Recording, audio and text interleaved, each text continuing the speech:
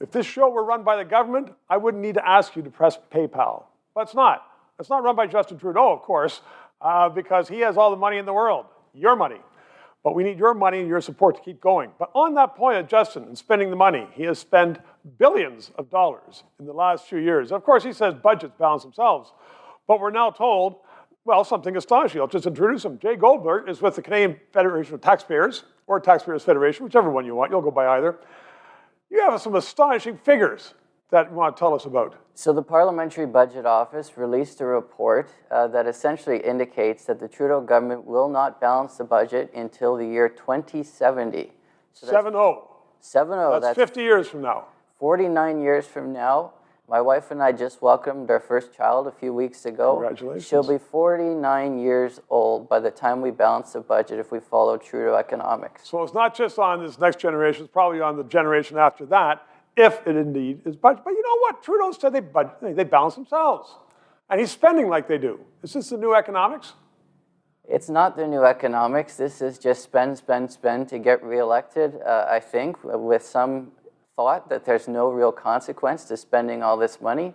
But we're seeing inflation potentially going up. Is that one of the real consequences? As you said, without real consequences. But is that one of them, inflation? It is a real consequence that could very well come up in the years ahead. So what should the average person who's out there, making a living, trying to buy a house, has a house, or trying to retire, why should they be concerned about this humongous budget?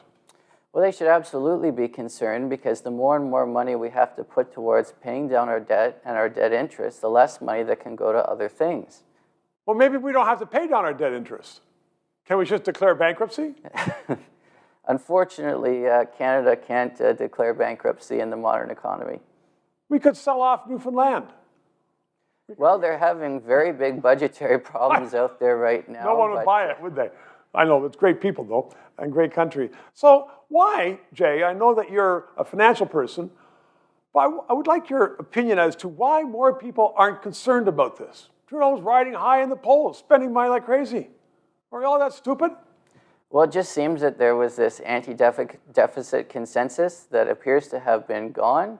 A lot of people are liking what the Trudeau government is spending money on, but I think Canadians are more and more realizing that the further we go down this road, the more pain we're going to have in the years ahead dealing with the consequences of what Justin Trudeau is doing right now. But what if the pain doesn't come for 50 years?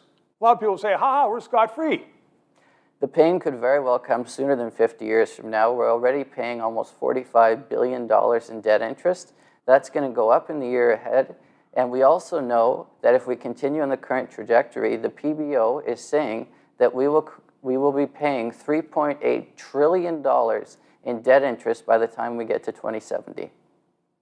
Stunning, stunning. I hope you play this one over. Jay, thank you very, very much.